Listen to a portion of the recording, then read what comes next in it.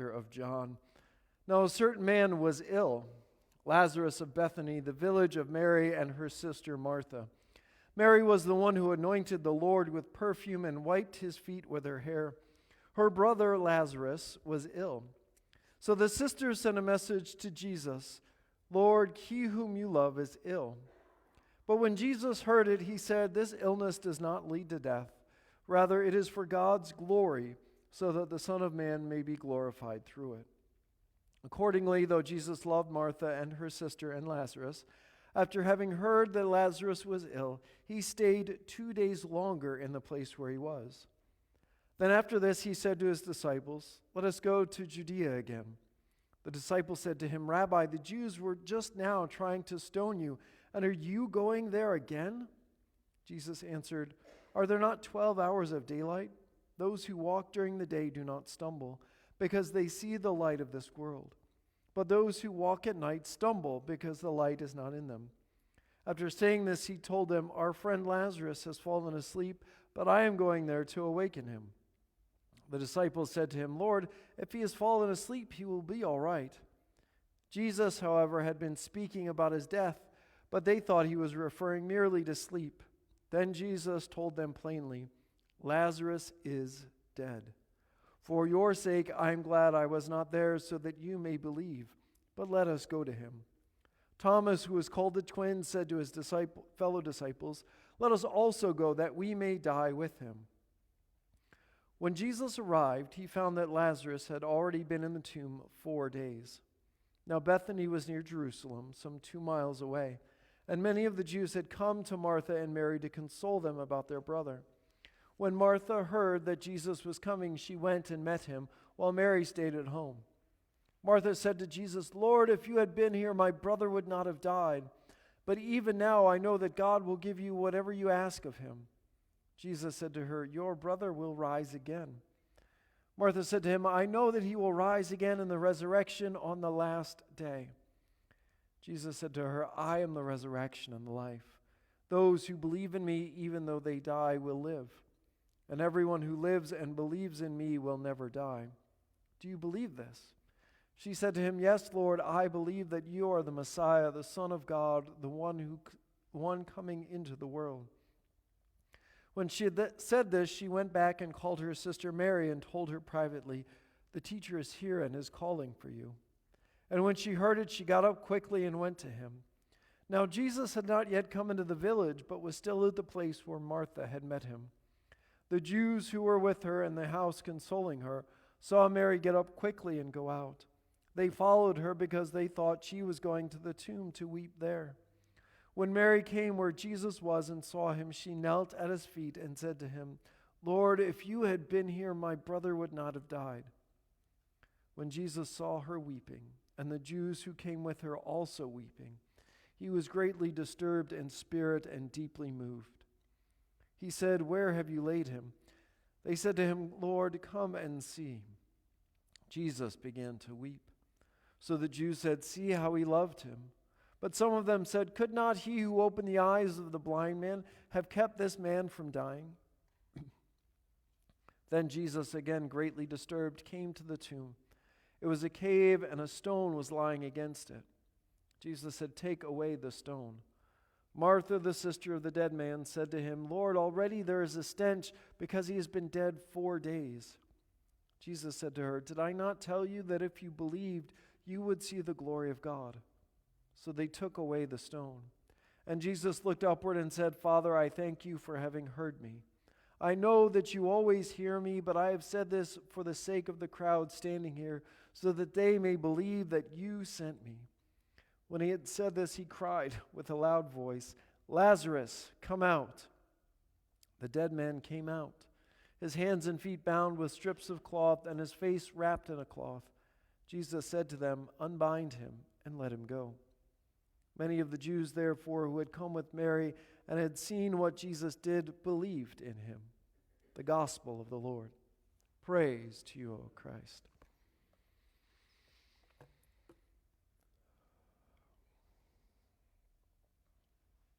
Let us pray. Let the words of my mouth and the meditations of our hearts be acceptable to you, O Lord, our strength, our Savior, and our Redeemer. Amen. Through the years of my ministry, I have been present with many families at the bedside of loved ones whose life is ending. My first encounter in that role was in seminary, where we have to do what's called CPE, or Clinical Pastoral Education, where we are required to be in a hospital or a nursing home, where we provide chaplaincy care while learning. That night, in the middle of sleep, because we had to take turns on rotation, I was called to a code where the man didn't survive.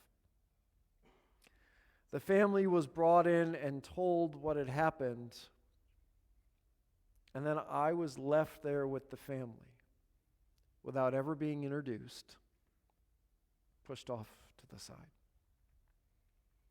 For 2 hours, I stood there until one of the family members finally looked over and said, "Who are you?" I explained who I was and why I was there, and said, "If you need anything, I will be here until you are ready to go." Instead of stepping back, they invited me in. I spent the next 2 hours being welcomed into their family circle around his bedside, praying with them before they left. And while that was the first, it was the first of many. I have been with families who are there keeping vigil by the bedside, praying that something miraculous will happen. I have been with others, praying for mercy, asking them to go quickly. I've sat in those moments with families. And sadly, most of us probably have been in one of those areas. Whether it is a family member or a friend, or we are asked to be present, to stand in with another, to stand in those moments of death, of grief. And as we hear in our reading today, that is exactly what Jesus does eventually. But there are other types of death. There are other ways that we are raised to new life.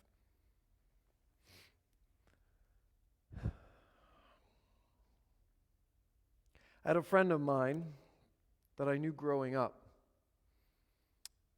He and I were in youth group together, and I had reached out to him this week, and I said, "I'm preaching on new life, and I know you had shared your story with me. Would you be willing to write something so I could share it?"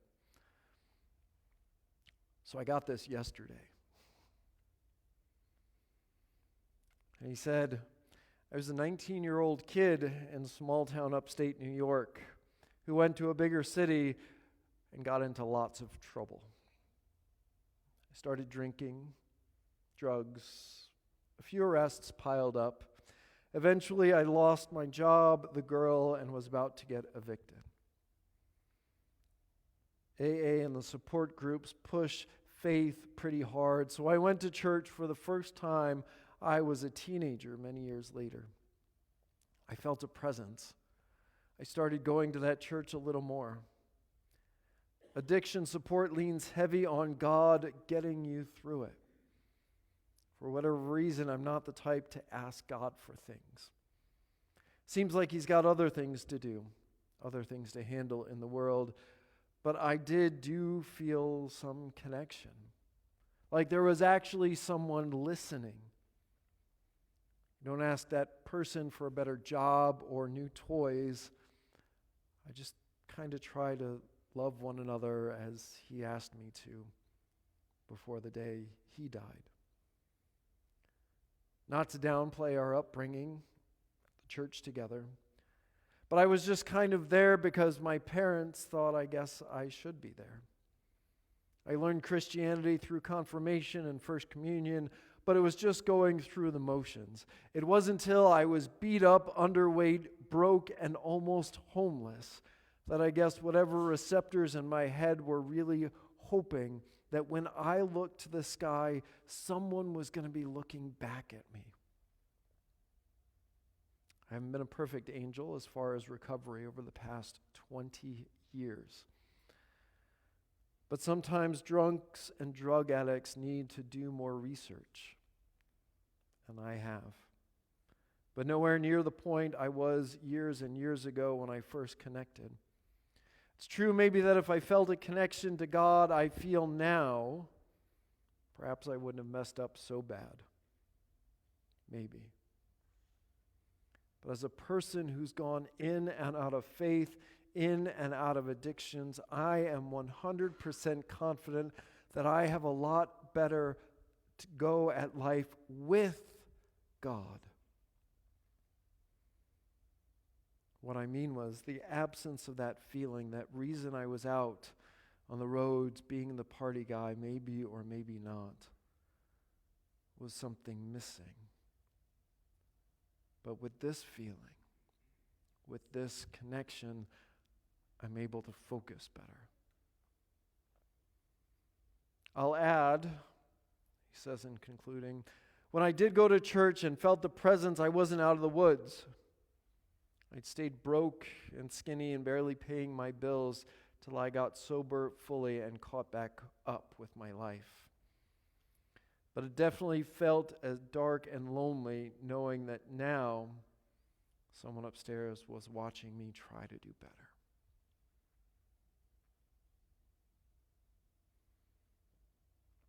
There are different kinds of movement from death to new life. Different ways of walking with someone through those darknesses, through those challenging times, through those difficulties.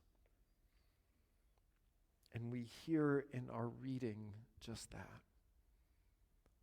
Not just that Jesus raises Lazarus to new life, but the words that he shares with him, with his sisters, and with community when he is brought out of that tomb, wrapped in cloth, hands and feet and face bound. Jesus' first words to the community with the raised Lazarus are unbind him. Unbind.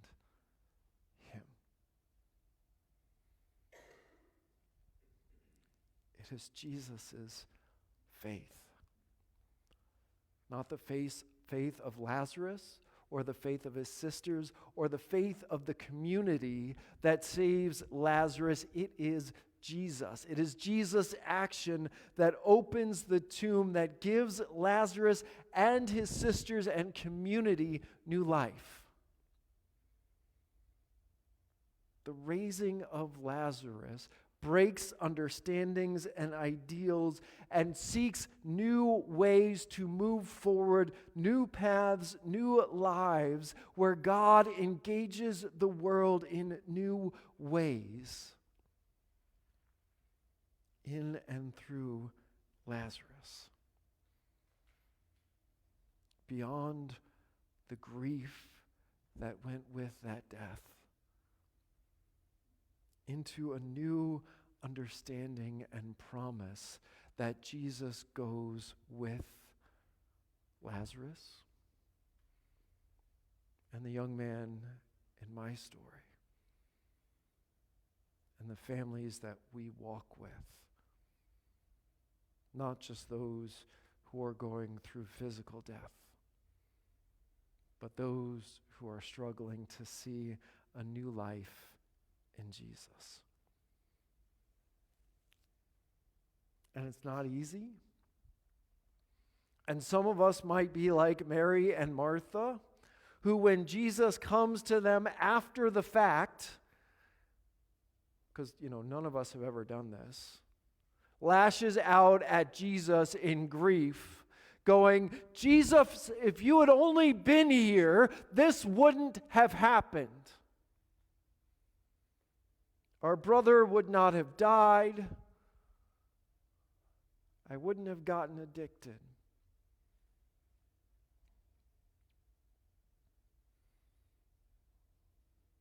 And yet,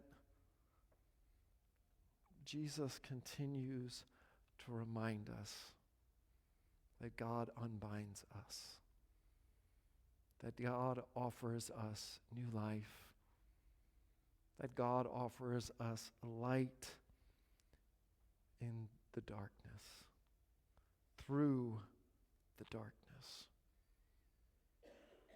That we then get to answer the question of how will we live into it?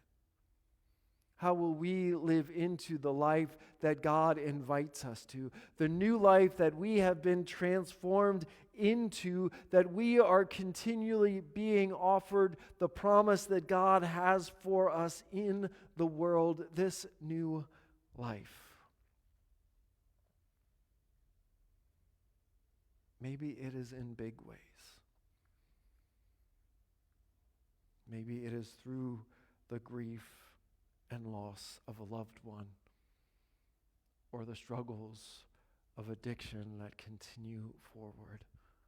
Maybe it's in small ways and in small deaths where we have to change who we are because of ways or areas of our life that have changed, where we need to be unbound and set free into new promises and new hopes. But the question then becomes, are we embracing the new life that Jesus came to bring us?